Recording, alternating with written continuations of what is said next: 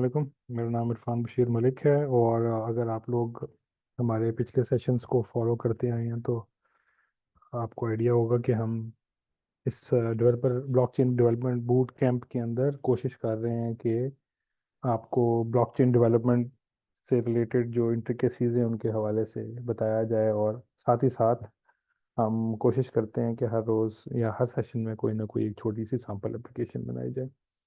पिछले कुछ सेशंस में हमने बहुत सिंपल दो तीन स्मार्ट कॉन्ट्रैक्ट्स बना के तो डिप्लॉय करके भी देखे थे। दरमियान में फिर तकरीबन को 2 से 3 हफ्ते की ब्रेक आ गई because I was visiting US और मुझे टाइम नहीं मिल सका। Apologies for that. लेकिन अब हम थोड़ा सा यूज़ केस स्पेसिफिक होके अपने फर्दर सेशंस करेंगे और उसी सिलसिले में what I wanted to discuss a very particular use case और वो है सप्लाई चेन का।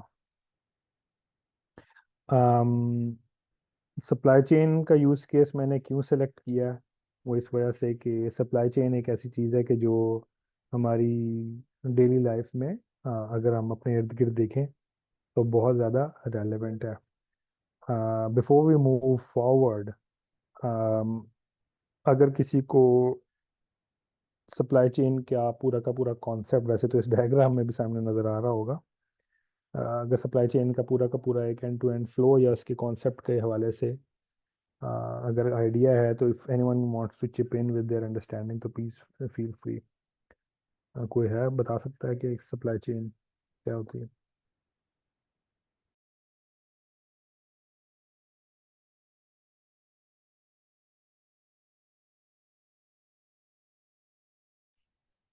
नहीं सर, आई थिंक आपको बताना पड़ेगा। um, तो आपकी जो दुकान में चीज़ें कहाँ से आती हैं? जिस दुकान से आप शॉपिंग वगैरह करते हैं, डबल रोटी खरीदते हैं, वो कहाँ से आती है? सर, कंपनी से या वेयर हाउस से।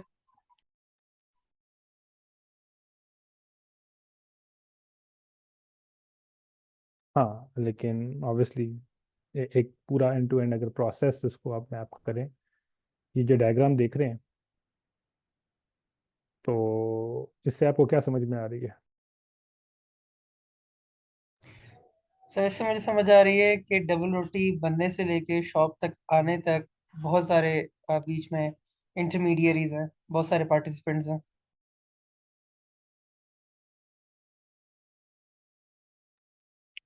हेलो, आपको आवाज़ आ रही? यस सर, अच्छा, we can I hear thought you. कि lost you guys. Anyways, so supply chain in आपकी डेली लाइफ के अंदर डेली की बेसिस पे आपको नज़र नहीं आ रही होती, लेकिन अगर आप ये देखें कि आपके ग्रोसरी स्टोर जहाँ से आप या करियाना स्टोर से जहाँ से आप डबल रोटी लेते हैं या अंडे ले रहे होते हैं, ठीक है, उधर रोज़ एक सुबह के वक्त एक सप्लायर आता है, ठीक है, जो कि अंडे सप्लाई करता है या डबल रोटी सप्लाई करता है। वो सप्लायर अपना जो सामान है वो बैक एंड पे एक डिस्ट्रीब्यूटर से लेता है। ऐसा नहीं होता कि वो फैक्ट्री से जहाँ पे डबल रोटी बन रही है या जहाँ पर अंडे, सो अंडे ऑब्वियसली फैक्ट्री में तो नहीं बनते, लेकिन जहाँ पर फर्ज करें साबन बन रहे हैं किसी फैक्ट्री के अंदर, तो वो ऐसा नहीं होता है कि सप्लायर डायरेक्टली उधर से उठाता है। सप्लायर जो है अपना जो डेटा है वो लेते हैं डिस्ट्रीब्यूटर्स से। डिस्ट्रीब्यूटर्स जो हैं वो ऑब्वियसली मैन्युफैक्चरर और फिर मैन्युफैक्चरर रिटेलर, और अगेन इनका जो कनेक्शन है मैन्युफैक्चरर्स का रिटेलर्स के साथ और लॉजिस्टिक्स कंपनीज के साथ होता है। लॉजिस्टिक्स कंपनी जो है वो अगर आप देखें तो जो गाड़ी सुबह आपकी करियाना स्टोर पर अंडे, डबल रोटी या इस तरह की चीज़ें देने आई है, ज़रूरी नहीं है कि वो कोई डिस्ट्रीब्यूटर या सप्लायर ही हो। वो कोई लॉजिस्टिक कंपनी भी हो सकती है जो कि सिर्फ और सिर्फ आ, जो ग्रॉसरीज हैं वो किसी वेयर हाउस से उठाकर, तो based upon the need kirana stores के ऊपर डिस्ट्रीब्यूट कर रहे हो। सो इन अ नटशेल एक एक एक एंड टू एंड फ्लो होता है ये को सप्लाई चेन कहते हैं। और अगर इसका नाम भी देखें तो सप्लाई चेन से मुराद ये है कि वो तमाम सप्लाईज जो कि आपको दुकान पर या घर पे मिलती हैं उसकी पूरी एंड टू एंड एक प्रोसेस फ्लो क्या है। तो आज का सेशन में थोड़ा सा इस चीज़ पे कराना चाहता हूँ कि अभी तक तो हमने थ्योरेटिकली पढ़ा कि जी स्मार्ट कॉन्ट्रैक्ट्स होते हैं और स्मार्ट कॉन्ट्रैक्ट्स को इस तरीके से क्रिएट किया जाता है या स्मार्ट कॉन्ट्रैक्ट्स के अंदर प्रोग्रामिंग इस तरीके से की जाती है। लेकिन ये सारी अब रेलेवेंट कैसे होगी, how will it basically gel into a fully functional system. तो ये एक प्रेजेंटेशन है जो कि मैंने अभी एक यूएस में गया हुआ था बॉस्टन, उधर एक कस्टमर के सामने प्रेजेंट की थी। तो मैं चाह रहा था कि उसी की एक सिंप्लीफाइड फॉर्म आप लोगों के साथ भी शेयर करूं ताकि आपको एक end to end perspective develop हो आपके जहन में कि डिफरेंट टेक्नोलॉजीज कैसे मिल के एक end to end solution create करती हैं। तो इस पर्टिकुलर सेशन के अंदर या हो सकता है इन अ सब्सीक्वेंट सेशन हमें एक से दो सेशंस करने पड़े, हम ये देखेंगे कि कैसे कुछ disruptive technologies like IoT, internet of things, blockchain और एआई मिल के कैसे जो नेक्स्ट जनरेशन सप्लाई चेन्स हैं उनको एनेबल कर रही हैं। ठीक है जी।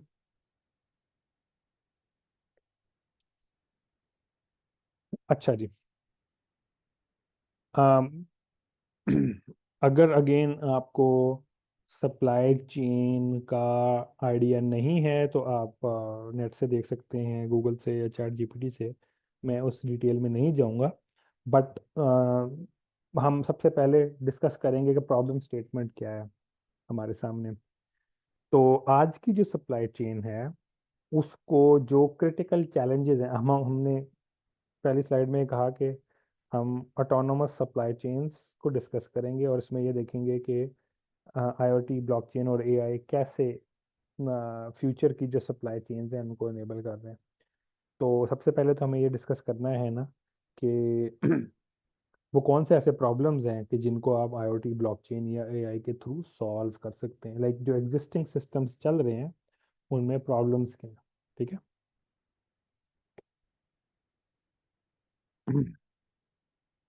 अगर ये आप डायग्राम देख रहे हो या ये वाला जो फ्लो देख रहे हो, दोनों में से अगर आपको एक चीज़ जो कॉमन नज़र आ रही है वो ये है कि मैन्युफैक्चरर जो है वो कुछ चीज़ बना रहा है जो कि डिस्ट्रीब्यूटर फिर रिटेलर तक पहुंचा रहा है। राइट। इन अ नटशेल ये एक प्रोडक्ट का फ्लो है जो कि मैन्युफैक्चरिंग फैसिलिटी से स्टार्ट होता है और एंड रिटेलर या फिर रिटेलर से भी आगे जो कंज्यूमर है वहां पर जाके ख़त्म होता है। ठीक है। लेकिन साथ ही साथ कंज्यूमर जो है वो उसके बाइंग पैटर्न्स जो हैं वो रिटेलर तक पहुंचते हैं और रिटेलर फिर वो बाइंग पैटर्न्स जो है वो डिस्ट्रीब्यूटर के थ्रू मैन्युफैक्चरर तक पहुंचाता है। यानी कि it's a two way traffic. कुछ चीज़ें हैं जो कि मैन्युफैक्चरिंग से बन के रिटेलर यानी कि आपके ग्रोसरी स्टोर और फिर एंड कंज्यूमर तक जा रही हैं, और साथ ही साथ कंज्यूमर के जो बाइंग पैटर्न्स है लाइक कंज्यूमर ने एक साबुन खरीदा, उसको अच्छा नहीं लगा, उसने जाके दुकानदार से शिकायत कर दी, उसने कहा कि नहीं यार ये साबुन बड़ा ठीक नहीं है, उसने obviously that particular information propagates back toward in the opposite side of the supply chain. इसको इस तरीके से भी देखा जा सकता है कि अगर एक साबुन या कोई ऐसी ग्रोसरी का आइटम है जो कि कोई भी नहीं परचेज कर रहा, तो नेक्स्ट टाइम डिस्ट्रीब्यूटर या रिटेलर के पास लेके आएगा तो रिटेलर हो सकता है उसको खरीदे ही ना और उसको कहे कि नहीं यार मुझे इसकी बिक्री नहीं है तो मैं ये नहीं अपनी दुकान पर रखना चाहता। सो it's a two way traffic where information and data is flowing both sides। ठीक है जी। तो चैलेंजेस क्या हैं अगर आप सप्लाई चेन को एज एन इंडस्ट्री देखें तो साबुन की फैक्ट्री किसी अगेन हम ये छोटी फैक्ट्रियों की बात नहीं कर रहे क्योंकि यहाँ पर पाकिस्तान में तो इंडस्ट्रियलाइजेशन उस लेवल पे नहीं हुई अभी तक। राइट। लेकिन अगर आप इसको इस तरीके से देखें कि अमेरिका के अंदर वॉलमार्ट के अंदर एक डॉल पड़ी हुई है, वो मैन्युफैक्चर कहाँ पे हो रही है, चाइना में या मैक्सिको में। ठीक है। तो मैन्युफैक्चर हो रही है चाइना में, वहाँ से वो ऑब्वियसली उसकी इन्वेंट्री मैनेज हो रही है उन सिस्टम्स के अंदर, फिर वहाँ से वॉलमार्ट कोई ना कोई डिस्ट्रीब्यूटर है उसको अप्रोच करता है और कहता है जी मुझे फलां किस्म की डॉल चाइना से चाहिए। तो इस सारे के सारे प्रोसेस के अंदर इंफॉर्मेशन सिस्टम्स हैं जो कि इन्वॉल्व होते हैं मैन्युफैक्चरिंग, डिस्ट्रीब्यूशन और लॉजिस्टिक्स के अंदर। ठीक है जी। तो इस सारे के सारे प्रोसेस के अंदर अगर कोई एक भी इंफॉर्मेशन सिस्टम के जहाँ पर डेटा है वो ट्रांसपेरेंट ना हो, लाइक डिस्ट्रीब्यूटर जो है वो कोई ऐसी कमिटमेंट करे, वो ये कहे कि अच्छा जी मैं आपको $10,000 की शिपमेंट चाइना से फलां दिन पहुंचा दूंगा, लेकिन वो लेट सपोज 2 महीने तक नहीं आती, तो इसका मतलब ये हुआ कि वो पूरी की पूरी सप्लाई चेन डिस्टर्ब हो जाएगी और नेक्स्ट टाइम वॉलमार्ट वाले उस डिस्ट्रीब्यूटर को वो ऑर्डर नहीं देंगे। ठीक है। इसका एक और लॉजिस्टिक्स के हवाले से अभी पिछले दिनों आपको पता है कि जो कैनाल है, सुएज कैनाल मिस्र के अंदर, वो ब्लॉक हो गई थी। एक बड़ी कार्गो शिप फंस गई थी, तो कैनाल को उसने ब्लॉक कर दिया था। तो वो पूरी की पूरी सप्लाई चेन लॉजिस्टिक्स के परस्पेक्टिव से, लाइक यानी कि जो लॉजिस्टिकल एलिमेंट था सप्लाई चेन का वो ब्लॉक हो गया। तो it caused billions of dollars of losses to the entire supply chain, क्योंकि अगेन उसके अंदर जो सामान था या जो एलिमेंट्स ग्रोसरी के आर्टिफैक्ट्स के जिन्होंने स्टोर्स तक पहुंचना था वो टाइम पे नहीं पहुंचे। जब वो टाइम पे नहीं पहुंचे तो जितनी भी स्टोर्स की इन्वेंट्री के, अच्छा जी वॉलमार्ट है बड़ा स्टोर या यहाँ पर मेट्रो है पाकिस्तान में आजकल बड़ा स्टोर, उन लोगों ने ऑब्वियसली ये प्रोडिक्शंस की होती हैं कि हमारे पास इतना सामान इस वक्त तक पहुंचेगा। ठीक है। और अगर वो नहीं पहुंचता तो उनकी सारी की सारी प्रोडिक्शंस जो हैं वो गलत हो जाती हैं, और obviously there is a lot of time and effort which goes into all of this, and obviously ये जो कैलकुलेशन कर रहे होते हैं ना कि यार फर्ज करें $10 बिलियन का नुकसान हो गया, तो उस सारे लॉस के अंदर ये टाइम और जो जिसे कहते हैं ना कि किसी किसी आर्टिफैक्ट का किसी स्टोर तक ना पहुंचना और उससे जो भी डिसरप्शन कॉज हुई हुई है, उसमें उस आर्टिफैक्ट की वैल्यू यानी कि उस डॉल की वैल्यू को नहीं क्वांटिफाई किया जा रहा, खाली उसके अंदर उस टाइम को भी और फिर उस डिसरप्शन को भी, उसकी भी एक वैल्यू है जिसको क्वांटिफाई करके बताया जाता है कि अच्छा जी इस पर्टिकुलर इवेंट की वजह से $10 बिलियन का या $20 बिलियन का नुकसान हो गया। Am I making sense? क्योंकि मैं I am trying to create a case कि अब जब हम आगे एक्चुअल ब्लॉकचेन में फर्ज करो इससे रिलेटेड कोई प्रोग्राम लिखेंगे, राइट, तो हम एक्चुअली ये काम कर क्यों रहे हैं? Am I making sense?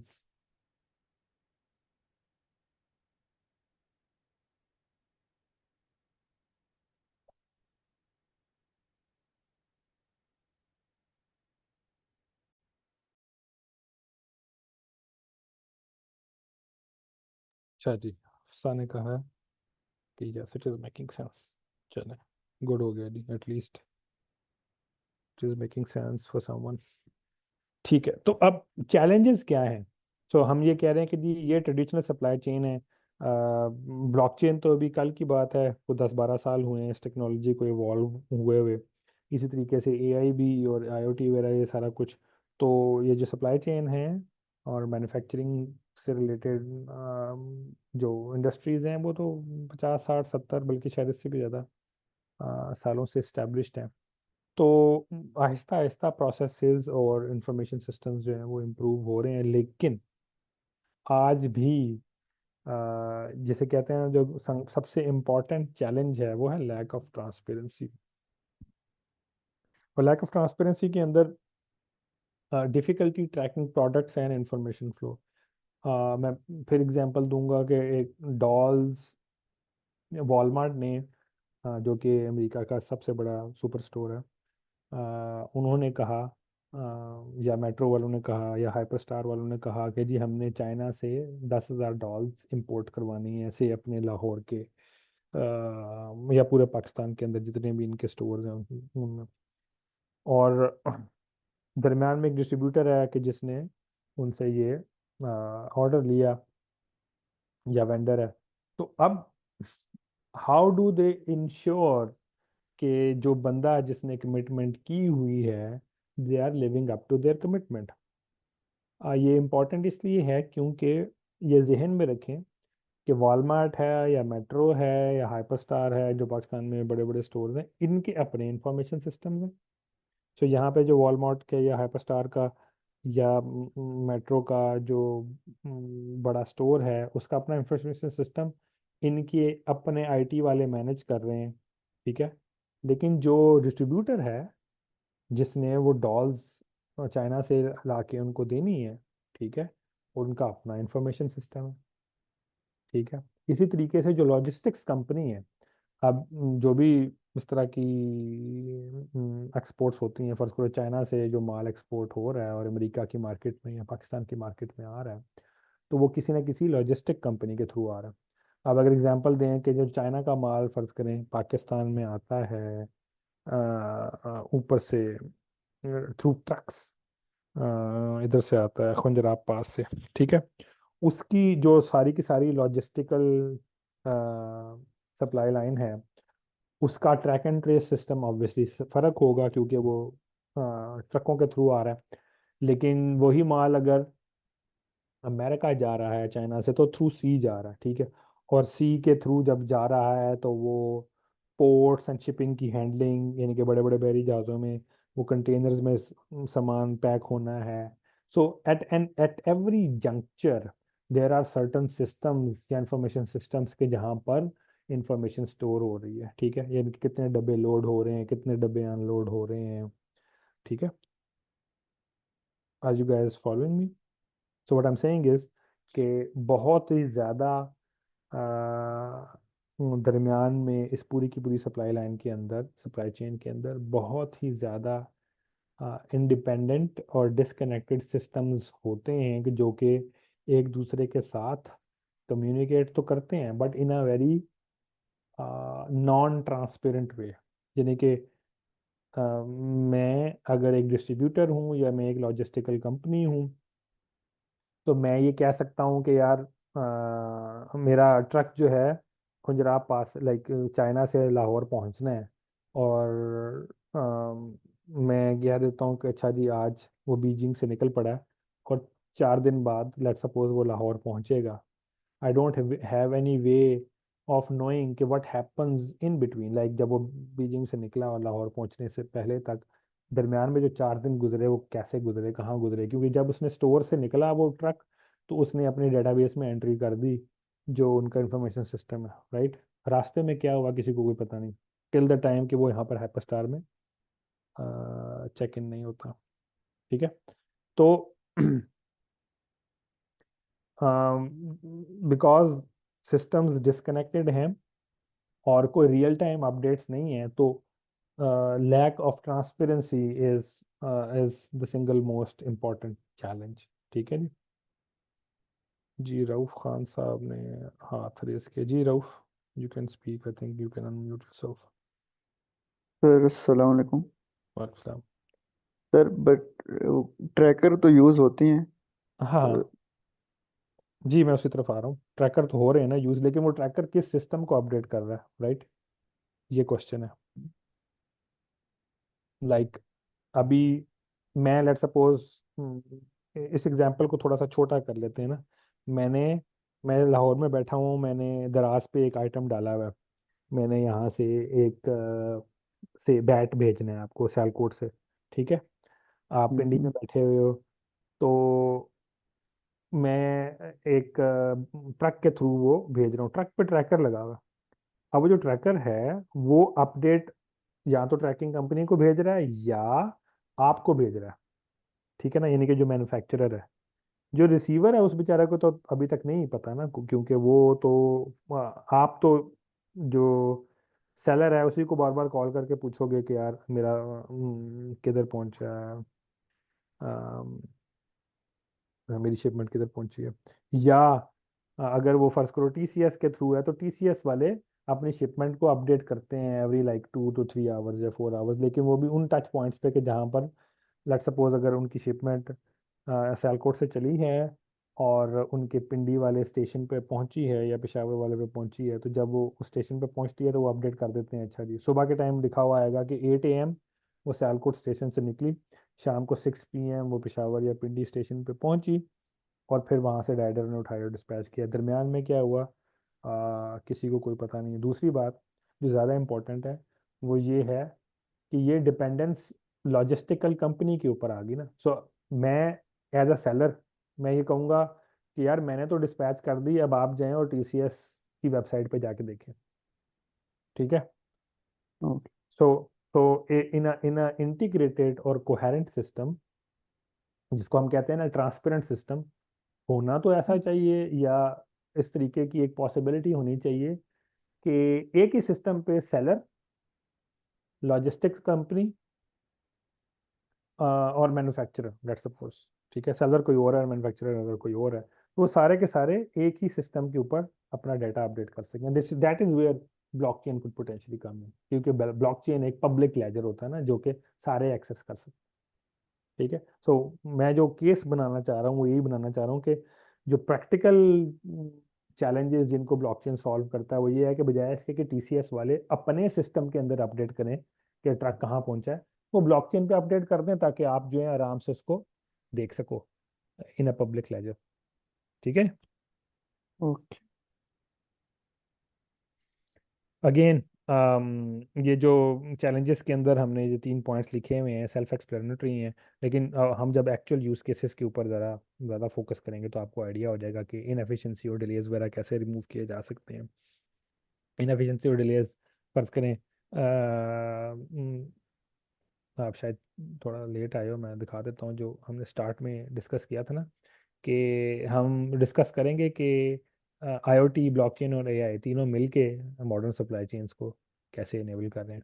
तो वो जो आप वाली बात है कि अगर कोई IoT सेंसर लगा हो ट्रक के ऊपर जो कि रियल टाइम अपडेट्स दे रहा हो, ठीक है, और वो रियल टाइम अपडेट्स जो हैं वो ब्लॉकचेन के ऊपर जा रही हो, तो all you have to do is कि ब्लॉकचेन के ऊपर एक एक व्यू बना लें। और चूंकि ये पब्लिक लेजर है, रऊफ, जो चीज़ इंपॉर्टेंट है ना समझने वाली, वो ये है कि ब्लॉकचेन है तो एक database, just like any other database. इसकी कुछ खास क्वालिटीज हैं, ये इम्यूटेबल है और सारा कुछ, लेकिन at the end of the day database है। लेकिन जो सिंगल मोस्ट इम्पॉर्टेंट फैक्टर है वो ये है कि पब्लिक डेटाबेस है, पब्लिक लेजर है। इसका मतलब ये हुआ कि आप इसके ऊपर अपना को रिपोर्टिंग मॉड्यूल भी बना सकते हैं, but there is no one stopping you from reading that database. और आप ये कह सकते हो कि अच्छा यार मैं एक, लेट सपोज, ब्रोकर हूँ, मिडल मैन हूँ, जो कि मैं दराज से सामान उठा के तो अपनी लोकल कम्युनिटी के अंदर चीज़ें बेचता हूँ।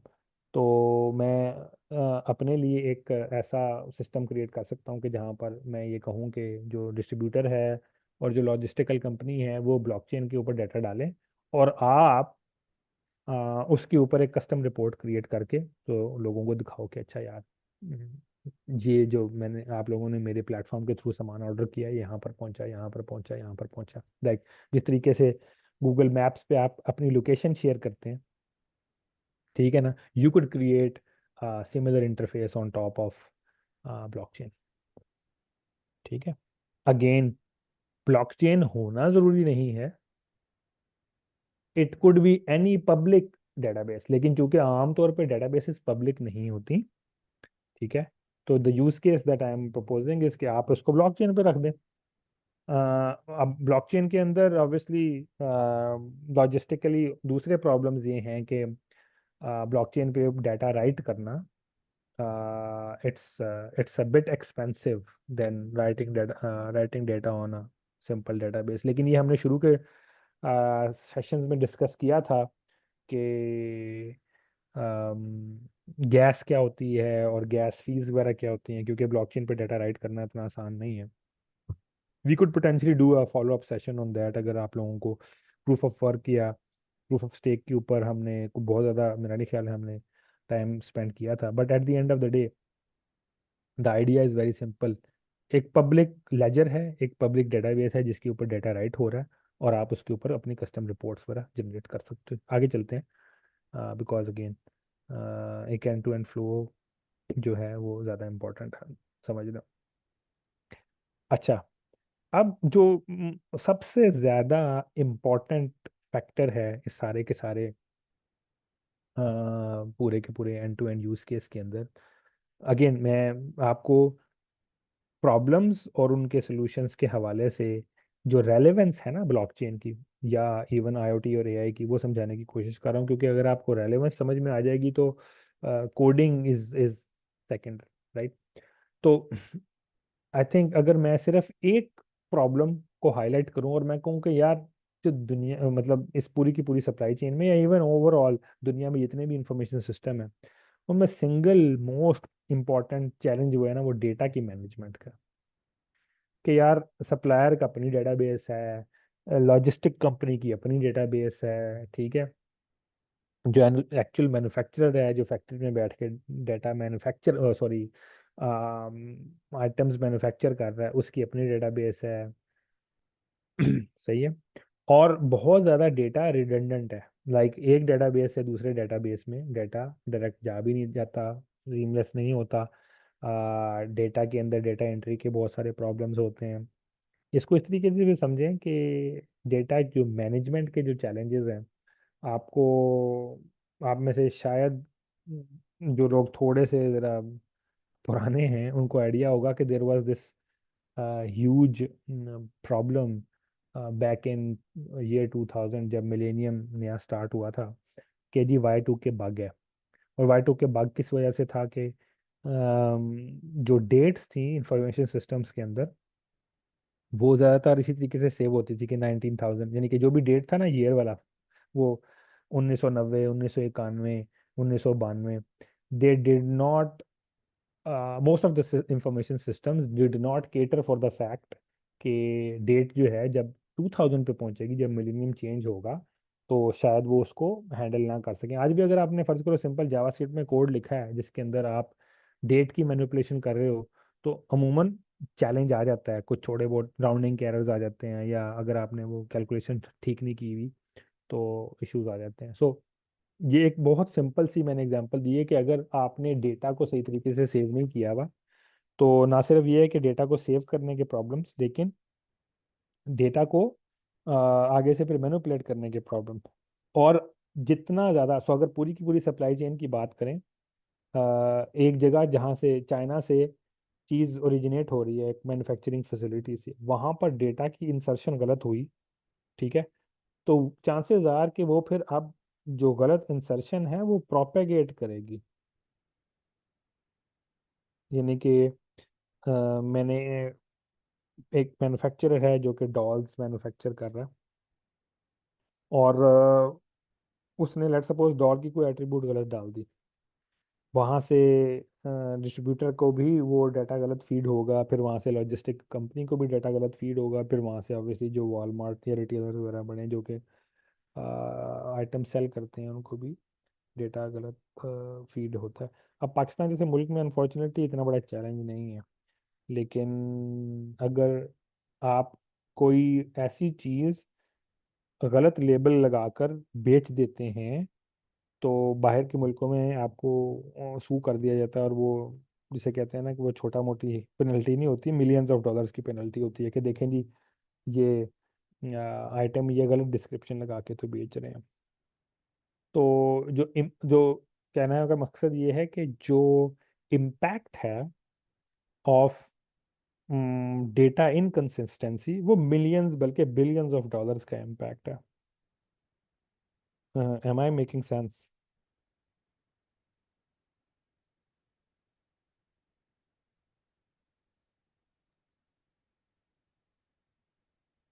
अच्छा, मैं यस इसके सर। ऊपर बहुत ज़्यादा एम्फेसिस इसलिए कर रहा हूँ क्योंकि टेक्नोलॉजी कोई भी हो, उसका यूज़ केस और उसकी रेलेवेंस को अंडरस्टैंड करना ज़्यादा इम्पोर्टेंट होता है, ठीक है। सो मेक श्योर कि आपको समझ में आ रही है कि जो चीज़ जिस पे मैं इतना ज़्यादा फोकस कर रहा हूँ वो क्यों कर रहा हूँ, ठीक है। और जब मैं ये कहता हूँ कि यार, अगर एक डेटाबेस होगी, लाइक एक ब्लॉकचेन के ऊपर या एक सेंट्रल पब्लिक लेजर के ऊपर डेटा पड़ा होगा, तो ऑब्वियसली बहुत कम चांसेस होंगे कि वो डाउनस्ट्रीम इंटीग्रेशंस के अंदर, जो कि नए से नए सिस्टम्स हैं, उनकी इंटीग्रेशंस के अंदर उसमें चैलेंजेस होंगे। ठीक है जी। एक और जो चीज़ बहुत ही इम्पोर्टेंट है वो ये है कि हम एक एनजीओ के लिए काम कर रहे हैं नाइजीरिया में। It's basically US based NGO जो कि नाइजीरिया में फार्मर्स को फैसिलिटेट करती है। One of the key projects that we are doing with them is के उनकी जो क्रॉप की यील्ड्स हैं, ठीक है, वो ब्लॉकचेन पे डाली जाए, ताकि जो गवर्नमेंट या जो प्रोक्योर कर रहे हैं क्रॉप की यील्ड उनसे ना, ठीक है, वो एक वेरीफाएबल और अकाउंटेबल तरीके से जो फार्मर्स हैं वो अपनी यील्ड को एक्सपोज कर सकें, और जो है गवर्नमेंट जो है या जो भी उनसे प्रोक्योर कर रहा है वो उनको पेमेंट कर सकें। अब अगेन पाकिस्तान जैसे मुल्क में हर साल ये प्रॉब्लम आता है कि यार वो किसानों को जो है वो जो है पैसे गंदम के या चीनी के या चावल के वो ठीक नहीं मिले। साथ ही साथ एक और प्रॉब्लम ये आता है कि इस चीज़ को भी इस्टेब्लिश नहीं किया जाता हर साल कि यार चीनी पैदा कितनी हुई। फिर ये आता है कि यार अच्छा चीनी जो थी ज़्यादा पैदा हुई लेकिन एक्सपोर्ट हो गई, तो फिर बाद में जो कार्टेल्स हैं वो एक्सपोर्ट कर देते हैं, और फिर बाद में महंगे दामों फिर पाकिस्तान में फिर उनको इंपोर्ट भी किया जाता है। ये हर साल होता है। तो पाकिस्तान जैसे मुल्कों के अंदर अगर आप ये देखें ना कि the benefit of using IoT, like वो जो डिवाइसेस हैं जो कि फील्ड्स में लगी हुई हैं या जो कि एक्चुअल गंदम का या चावल का या शुगर के वेट को कैलकुलेट करके तो रन टाइम पे रियल टाइम पे रादर स्टॉक की इन्वेंट्रीज को अपडेट करते रहें कि अच्छा जी फलाने गोडाउन के अंदर या फलाने गोदाम के अंदर इतना डाटा, इतनी चीनी पड़ी हुई है, इतना चावल पड़ा हुआ है, ठीक है, और वो एक पब्लिक लेजर के अंदर इंफॉर्मेशन रियल टाइम पे अवेलेबल हो, तो it can improve transparency at the government level as well. ठीक है। तो इसी तरीके से एक अगर आप डायमंड ट्रेड की बात करें, there was a project that we actually bid it, हमें मिला नहीं, लेकिन उसमें था कि जी एथिकल सोर्सिंग ऑफ कंटेंट, यानी कि हमने एक ऐसी ब्लॉकचेन बेस्ड सोल्यूशन डेवलप करना था कि जिसके अंदर एक आइटम जो मैन्युफैक्चर हुआ है, मैं let me give you example के डायमंड्स हैं, डायमंड की जो ट्रेड है वो बहुत ज़्यादा लुक्रेटिव ट्रेड है, और उसके अंदर बहुत ज़्यादा एथिकल कंसर्न्स हैं कि यार जो अफ्रीका से खसूसन डायमंड्स इंपोर्ट होते हैं वो बहुत ज़्यादा उनकी जिसे कहते हैं ना वहाँ पे वॉर, उनकी डायमंड्स की एक्सपोर्ट की वजह से वॉर्स बहुत ज़्यादा होती हैं उधर। या रिसेंटली आपने सुना होगा कि बांग्लादेश की जो कॉटन की इंडस्ट्री है उसके ऊपर बहुत ज़्यादा एलिगेशंस हैं कि जी वहाँ पर जो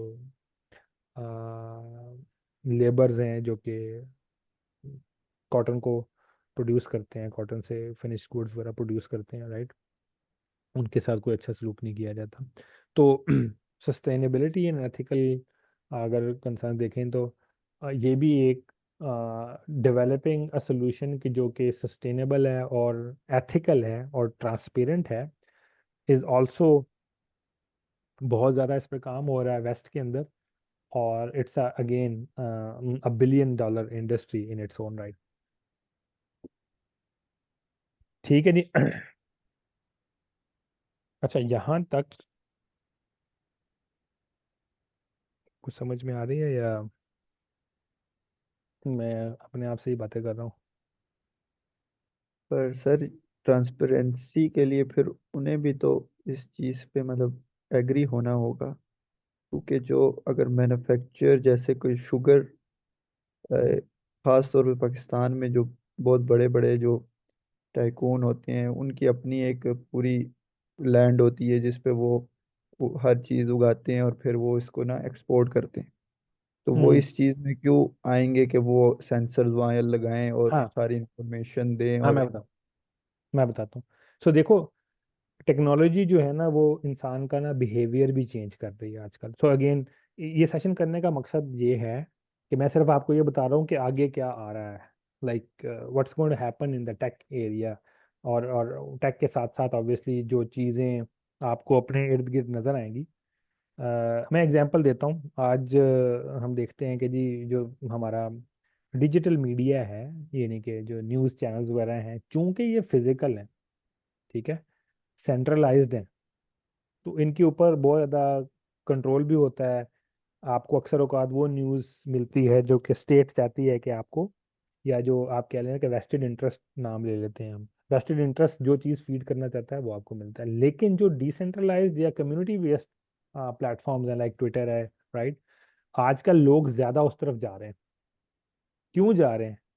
क्योंकि उनको पता है कि यार मुझे वहां से जो है वो चीज़ ठीक मिल रही है। ठीक, और ऑल दो इसके अंदर भी बहुत ज़्यादा कंटेमिनेशन है, but then again I think it's fairly safe to say कि मुझे पता है कि अगर मैं कुछ खास चैनल्स वगैरह को या कुछ खास ट्विटर हैंडल्स को फॉलो करूंगा तो मुझे रिलेटिवली अच्छी इंफॉर्मेशन या क्वालिटी इंफॉर्मेशन मिलेगी। Same is the case here. अगर आपको, लेट्स सपोज आप कोई मेडिसिन इस्तेमाल कर रहे हैं या आपको खाने की चीज़, यानी कि आप गंदम इस्तेमाल कर रहे हैं, और उस गंदम के आप एक्स्ट्रा पैसे देने को तैयार होगे अगर गंदम या जो गंदम से जो आटा बन रहा है वो पूरी की पूरी जो सप्लाई लाइन है वो ट्रांसपेरेंट हो।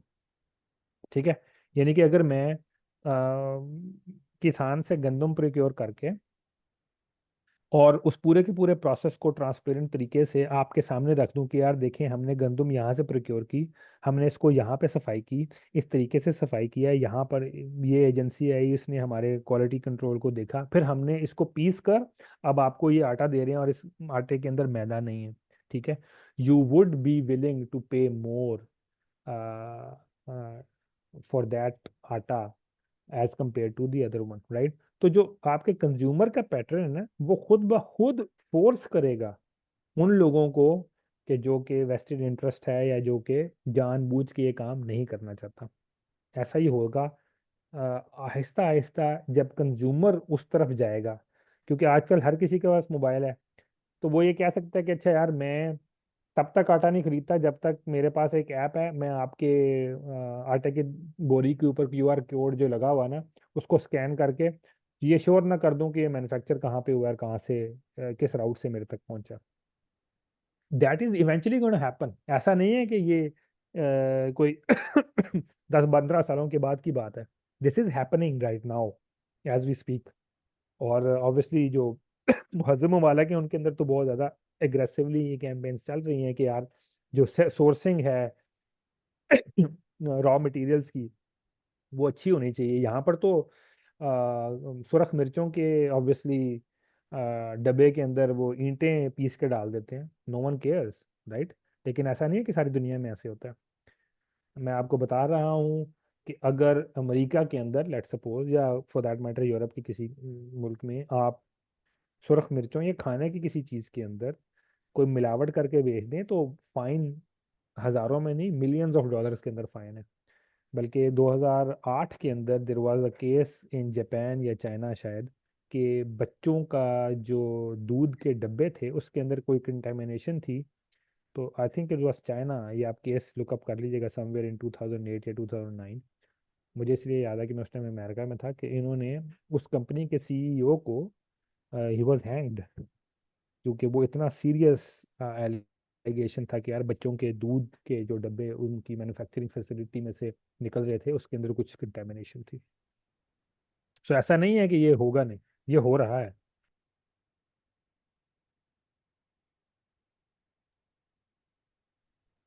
ठीक है, और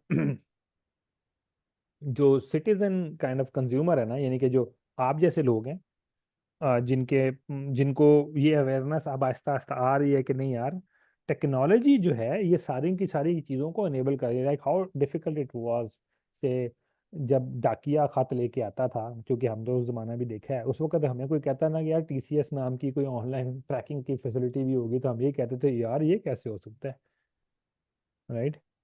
अब हो रहा है। Unfortunately I am that old, लेकिन लिटरली हम तो चूंकि उस ट्रांजिशनरी फेस के सामने से गुजरे हैं कि जब बचपन में हमने ऐसी चीज़ें देखी हैं जो कि इस वक्त बिल्कुल उस वक्त आज जो चीज़ें हमारे सामने अनइमेजिनेबल थी। खैर anyways, I am just trying to make a case for it, and then हम इसके ऊपर एक छोटा सा डेमो भी क्रिएट करेंगे। तो अब आपको केस समझ में आ रहा है ना कि what exactly are we trying to accomplish here? Yes sir. ठीक है, अच्छा जी। अब हम आ जाते हैं कि प्रॉब्लम स्टेटमेंट हमने समझ ली। अब हम ब्लॉकचेन को किस काम के लिए इस्तेमाल करेंगे, ये मैंने प्रॉब्लम स्टेटमेंट समझाते समझाते आपको भी बता दिया कि सबसे पहला काम जो ब्लॉकचेन करता है वो क्या है। वो blockchain provides you an immutable and transparent record of every transaction. यानी कि सबसे पहली चीज जो ट्रांसपेरेंसी के अंदर चीज चाहिए होती है, वो ये चीज चाहिए होती है कि यार जो भी चीज है ना वो सामने पड़ी हो। ठीक है, ट्रांसपेरेंट का वर्ड का मतलब क्या होता है? कोई चीज ट्रांसपेरेंट यही होती है ना कि उसके अंदर से चीज नजर आ रही हो। हम ये कहते हैं यार इसकी पैकिंग ट्रांसपेरेंट है, इसका मतलब ये है कि उसके अंदर की चीज नजर आ रही है। सो ब्लॉकचेन्स इनहेरेंटली ट्रांसपेरेंट होती हैं, ब्लॉकचेन इनहेरेंटली पब्लिक है। अगर मैं बिटकॉइन की बात करूं जो कि सबसे पुरानी और सबसे फेमस ब्लॉकचेन है, राइट? हर ट्रांजैक्शन, होने वाली ट्रांजैक्शन जो बिटकॉइन पे हो रही है, उसको आप देख भी सकते हो और ये भी देख सकते हो कि किस अकाउंट से किस अकाउंट को कितने पैसे कब गए। ठीक है, so that is the transparency which inherently is enabled by blockchain. और इम्यूटेबिलिटी का मतलब ये होता है कि अब एक दफा कोई ट्रांजैक्शन रिकॉर्ड कर ली है ब्लॉकचेन ने, तो अब उस ट्रांजैक्शन को चेंज नहीं किया जा सकता या उसको डिलीट नहीं किया जा सकता। इसका मतलब ये है कि लेट्स सपोज मैंने, रऊफ, आपको हमारा 10 रुपए का आपस में लेन देन था। तो अगर मैंने फर्ज करो 20 रुपए आपको दे दिए, तो अब ये नहीं होगा ओहो यार गलती से ना मैंने 10 देने थे तो 20 कर दिए तो अब मैंने उस रिकॉर्ड को अपडेट करना है। नहीं, ऐसा नहीं होगा। वो पहला वाला रिकॉर्ड जो होगा वो $20 ही लिखेगा कि मैंने आपको $20 दिए। फिर सब्सीक्वेंटली एक और रिकॉर्ड हमें डालना पड़ेगा ब्लॉकचेन में कि जिसके अंदर आप मुझे $10 वापस करोगे। इसको डेबिट और क्रेडिट की, लाइक लेजर की टर्म्स में डेबिट और क्रेडिट कहते हैं। यानी कि लेजर की कोई भी एंट्री जो है वो अपडेट नहीं हो सकती, नई ही ऐड होगी। ठीक है, ये हमने आई थिंक शुरू शुरू में जब हमारे सेशन स्टार्ट हो रहे थे बड़ी डिटेल में डिस्कस कर लिया था। और सबसे इम्पोर्टेंट चीज जब मैंने ये अभी हम एक यूज केस डिस्कस कर रहे थे वो ये थी कि डेटा की प्रोपगेशन। यानी कि जब आप फर्ज करो आप अपना एक सप्लाई चेन का छोटा सा सेटअप क्रिएट करना चाह रहे हो, राइट? तो all you have to do is कि आपकी जो नियरेस्ट नोड है उस तक डेटा प्रोपेगेट हो जाए। यानी कि ऐसा नहीं है कोई सेंट्रल डेटाबेस है जिसके अंदर आपने अपना डेटा प्रोपेगेट करवाना है। आ, अगर जो नियरेस्ट नोड है आपकी, जहां पर भी ब्लॉकचेन का इंफ्रास्ट्रक्चर होस्ट हुआ हुआ है, वहां तक आपने अपनी ट्रांजैक्शन पहुंचा दी, और इसकी भी ऑब्वियसली कुछ प्रॉक्सीज अवेलेबल हैं, इन्फ्यूरा और इस तरह के, और कि जिनको आप अपना डेटा दे दें तो वो आगे ब्लॉकचेन में खुद ब खुद ही राइट कर देते हैं। तो all you have to do is to just make sure कि यार आपका जो डेटा है वो in a peer to peer fashion एक दफ़ा अगर रजिस्टर हो गया, तो फिर वो पूरी की पूरी, लाइक इस पब्लिक लेजर के जितने भी कंट्रीब्यूटिंग नोड्स हैं पूरी की पूरी दुनिया में सबके पास है। तो इसका मतलब ये नहीं है, इसका मतलब ये है कि कोई भी एक बंदा उसको जाके कहीं से डिलीट करके या उसको उस पूरी की पूरी चेन को डिसरप्ट नहीं कर सकता।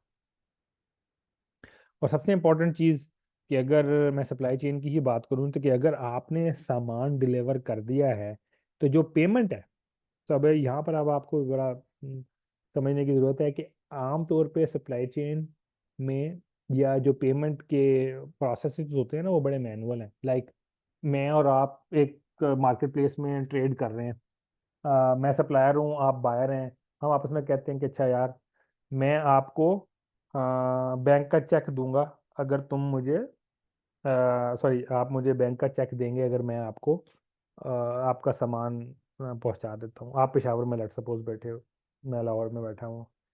तो अब सबसे पहले तो ये बात होगी कि अच्छा यार इस बात की मुझे क्या गारंटी है कि जो सामान आपने मेरे से मंगवाया है जब मैं डिलीवर कर दूंगा आप मुझे पैसे दोगे, राइट? और अगर लेट सपोज हम कैश ऑन डिलीवरी करते हैं, या लेट सपोज मैं ये कहता हूँ कि जब मैं डिलीवर कर दूंगा तो आप मुझे कोई चेक दे दोगे, तो वो चेक जो है वो इंस्ट्रूमेंट जिस बैंक के थ्रू होगा उसको भी क्लियर होने में 2 से 3 दिन लग जाएंगे। और इन्हीं चीज़ों के ऊपर फ्रॉड होते हैं। अगर अगर आप देखें तो थाना कचहरियों में अक्सर औकात जो बिजनेस फ्रॉड के केसेस होते हैं वो उसी चीज़ के होते हैं। लेकिन अगर एक स्मार्ट कॉन्ट्रैक्ट हो कि जिसके अंदर हम अपना एग्रीमेंट डाल दें कि यार अगर टीसीएस की रिसीविंग मैंने दे दी कि अच्छा यार मैंने, सॉरी आपने, जो कि मैं सप्लायर हूँ, आपने वो रिसीविंग दे दी कि यार ठीक है मुझे सामान डिलीवर हो गया है, तो आपके कुछ पैसे जो कि आपने उस ट्रांजैक्शन किया है, उस ट्रेड के लिए एलोकेट किए हुए थे, इसको एस्क्रो कहते हैं, उस एस्क्रो में पड़े होंगे, वो ऑटोमेटिकली मुझे ट्रांसफर हो जाएंगे। ठीक है। सो वो जो ऑटोमेटिक ट्रांसफर है थ्रू दैट एस्क्रो, वो ऑब्वियसली ज्यादा एक ट्रांसपेरेंट और ज्यादा ट्रस्ट वर्दी ट्रेड को इनेबल कर रहा है। इसका मतलब ये हुआ कि स्मार्ट कॉन्ट्रैक्ट्स के अंदर, स्मार्ट कॉन्ट्रैक्ट्स के थ्रू पेमेंट्स को राउट करना और पेमेंट्स को इनेबल करना, जो एक एंड टू एंड ट्रेडिंग के लिए फायदेमंद है। ये जो स्मार्ट कॉन्ट्रैक्ट की एग्जांपल है एस्क्रो की, इसका आइडिया है आप लोगों को या थोड़ी सी और इलाबोरेट कर दूं?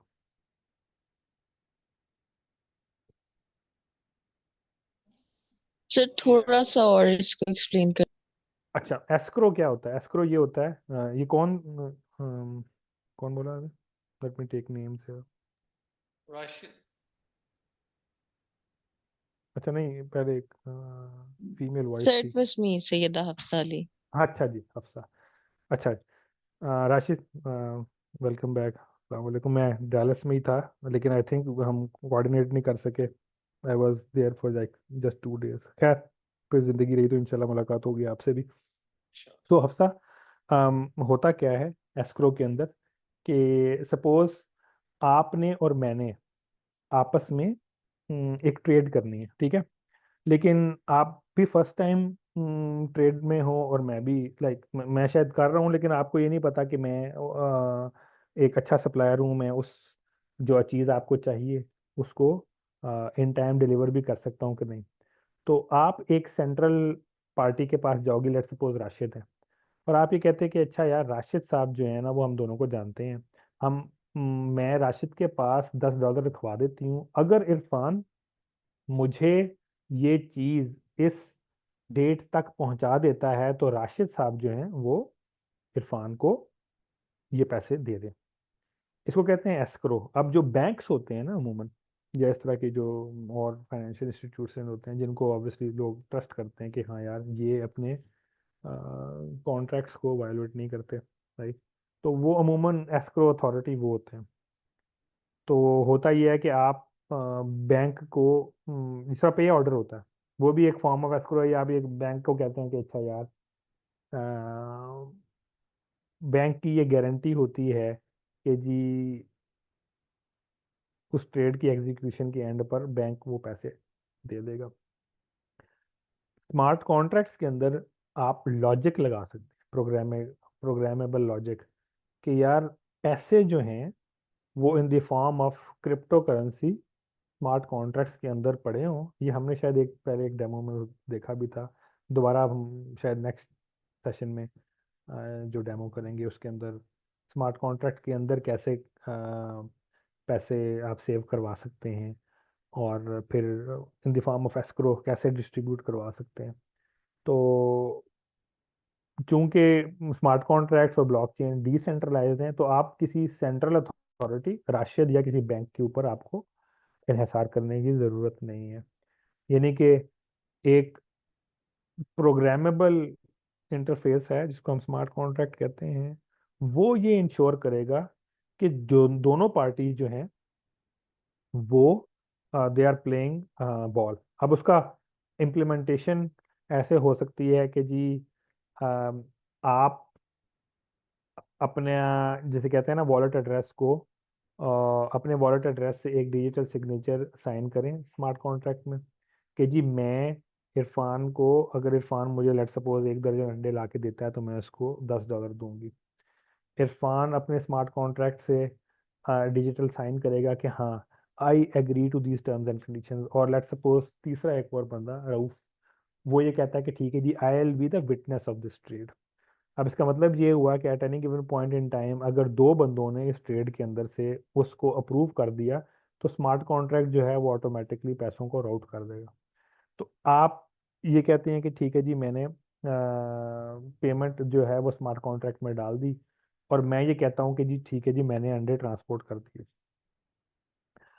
अब आप, if everyone is playing fair, तो जब आप रिसीव करेंगी तो आप ये कह देंगे कि ठीक है जी, सिस्टम के अंदर आप डाटा, आप अपना एक और सिग्नेचर ऐड करेंगे कि ठीक है जी, मुझे रिसीव हो गए, और साथ ही जो विटनेस है वो भी उसको कहेगा कि ठीक है जी, रिसीव हो गए, और जो प्रोग्राम है या जो स्मार्ट कॉन्ट्रैक्ट है वो ऑटोमेटिकली पैसे मुझे राउट कर देगा। लेकिन अगर कोई डिस्प्यूट हो जाता है, राइट, तो फिर भी स्मार्ट कॉन्ट्रैक्ट के अंदर ये लॉजिक लगाई जा सकती है कि ठीक है जी, तीन पार्टीज में से दो जिस तरफ होंगी उस तरफ पैसे चले जाएंगे। अगर आप और विटनेस दोनों मिलके ये कहते हैं कि नहीं जी, इरफान ने अंडे डिलीवर नहीं किए, तो वो पैसे उस एस्क्रो अकाउंट से वापस आपके वॉलेट में चले जाएंगे। लेकिन अगर जो विटनेस और मैं, हम दो पार्टनर्स मिलके ये कहते हैं कि जी मैंने तो अंडर डिलीवर कर दिए हैं, जो बायर है वो गलत बयानी कर रहा है, तो स्मार्ट कॉन्ट्रैक्ट मेरे हक में फैसला कर देगा। और ये नहीं कि ये फैसला कर दे, ऐसा मुराद ये नहीं है कि कोई अदालत लगेगी और 3 महीने केस चलेगा। Since it is already written as a piece of code, तो वो पीस ऑफ कोड खुद ब खुद एग्जीक्यूट होके ये ट्रांजैक्शन कर देगा। जी रऊफ। अच्छा सर, यही मैंने पूछना था, क्योंकि अगर हम स्मार्ट कॉन्ट्रैक्ट लिखते हैं और बेसिकली जो वैल्यू है वो तो इथेरियम में, हाँ हाँ। और इथेरियम में जो ये फ्लक्चुएशन होती है प्राइस की, हम्म तो हम उस टाइम कैसे मतलब डील करते हैं कि फॉर एग्जांपल अगर एक अंडा 10 रुपए का था, और उस हम्म टाइम मैंने 3 दिन या 4 दिन या जितने भी डिलीवरी होने से पहले मैंने वहां पर हम्म सबमिट करवा दिए, हम्म तो जो बायर होगा वो उस चीज को कैसे देखता है, और जो सेलर है मतलब कि जो उनमें जो डील होती है वो प्राइस की जो फ्लक्चुएशन होती है, तो वो उसको बिजनेस को डिस्टर्ब नहीं करेगी? हाँ। तो ये जो आपने कंसर्न रेज किया ना, ये प्रैक्टिकली अगेन जो मैं चीज़ें बता रहा हूँ वो तो ऑब्वियसली एक सिंप्लीफाइड व्यू है, लेकिन ऑन ग्राउंड रियलिटी में होता ये है कि again for those who are not familiar, Ethereum जो है वो बिटकॉइन की तरह उसकी भी प्राइस काफ़ी फ्लक्चुएट होती रहती है। तो और जिस तरीके से हमारी करेंसी मार्केट के अंदर जिस तरीके से पाकिस्तानी रुपीस के रेट जो है ना वो सेंट्रल बैंक डिफाइन करता है, या पाकिस्तानी रुपीस की डॉलर के साथ जो फ्लक्चुएशन है वो या तो सेंट्रल बैंक या जो मार्केट के अंदर बैठे हुए हैं हमारे हवाला हुंडी वाले, राइट, या मनी चेंजर, उनके थ्रू रेगुलेशन होती है कि डॉलर की वैल्यू क्या है। यही काम क्रिप्टो करेंसीज का भी है। लाइक क्रिप्टो करेंसीज ट्रेड होती हैं, इनको कहा जाता है एक्सचेंज, एक्सचेंजेस के ऊपर ट्रेड होती हैं, और based upon their trading volumes और बेस्ड अपॉन कि कौन कितनी ज़्यादा करेंसीज को इस्तेमाल कर रहा है, तो इनकी प्राइसेस फ्लक्चुएट होती हैं। तो क्वेश्चन रऊफ का ये है कि चूंकि प्राइस फ्लक्चुएट हो रही है, तो आप स्मार्ट कॉन्ट्रैक्ट में क्या लिख रहे हो कि यार जैसे मैं एग्जांपल देता हूँ कि हमने ये जो रेंटल पावर एजेंसीज के साथ पाकिस्तान में मुआहदे किए थे, ये डॉलर वैल्यूज में किए थे, और उस वक्त डॉलर था, ये $100 का, $100 का शायद डॉलर था, आज से कोई 15-20 साल, 10-15 साल पहले। अब वही डॉलर हो गया है $300, $300 के करीब। तो वो जो सर्कुलर डेट है पाकिस्तान के ऊपर, वो 3 टाइम्स बढ़ता जा रहा है, राइट।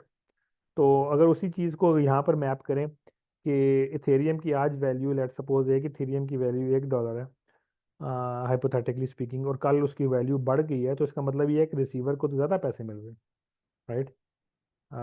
प्रॉब्लम की समझ में आ रही है आप सबको, जो रऊफ ने रेस किया क्वेश्चन? जी सर। हाँ। तो उसकी उसकी जो तरीकाकार है वो ये है कि देर आर इंटरफेसेस अवेलेबल जो कि आप स्मार्ट कॉन्ट्रैक्ट्स के थ्रू, पहली बात तो ये आप स्मार्ट कॉन्ट्रैक्ट के अंदर जो ट्रेडिंग है वो कर सकते हैं स्टेबल कॉइन्स के थ्रू। ज़रूरी नहीं है कि जो एस्क्रो है रऊफ वो इथेरियम के तौर पे ही हो।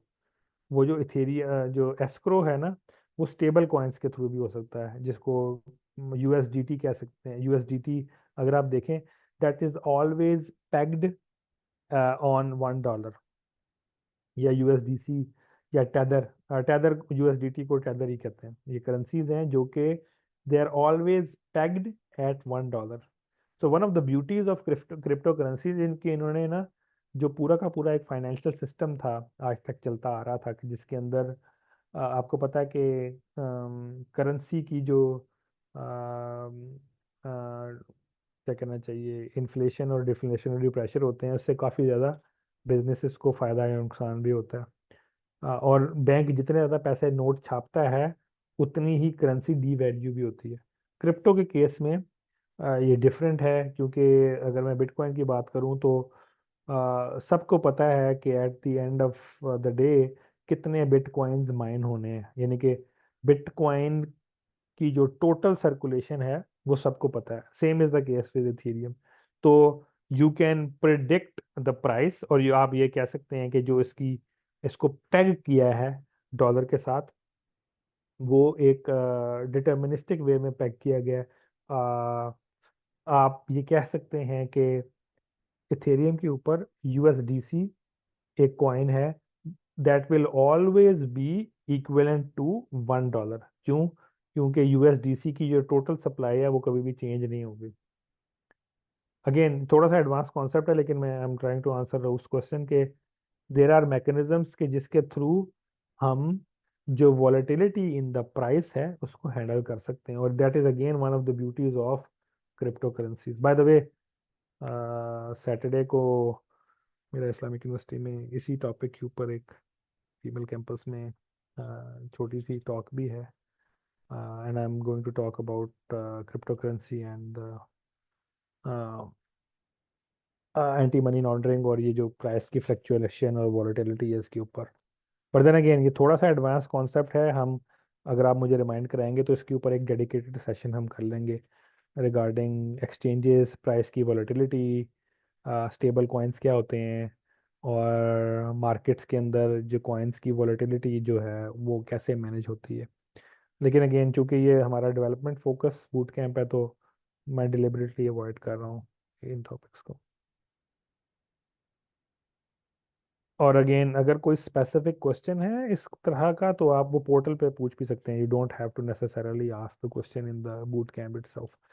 कोई ऐसा क्वेश्चन है जो कि थोड़ा सा ज़्यादा एडवांस लेवल का है या ऑब्वियसली जिसको कवर नहीं किया जा सकता 1 घंटे के सेशन में, तो आप उसको पोर्टल पे पूछ लें। I will try to answer to the best of my ability इंशाल्लाह।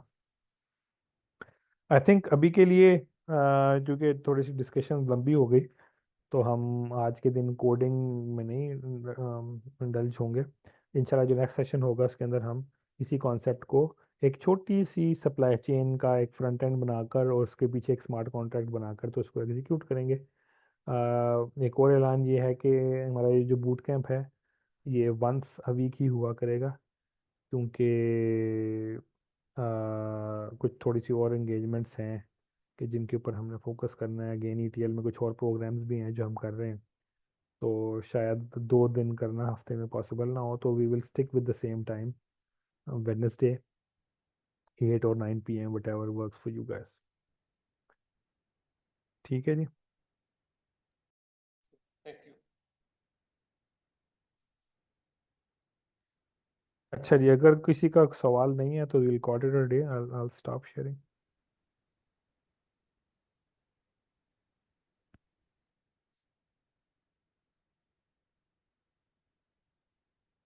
या मैं इसके बारे में नेक्स्ट टाइम पूछूंगा दिस स्टेबल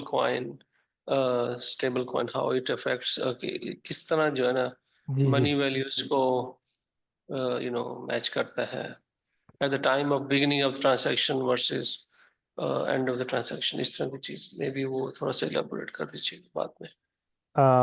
ठीक है। सो नेक्स्ट में हम कोडिंग एक सेशन कोडिंग का कर लेते हैं अगली दफ़ा, तो मे बी उससे नेक्स्ट वाले में कर लेंगे, कैसा, ठीक नहीं है?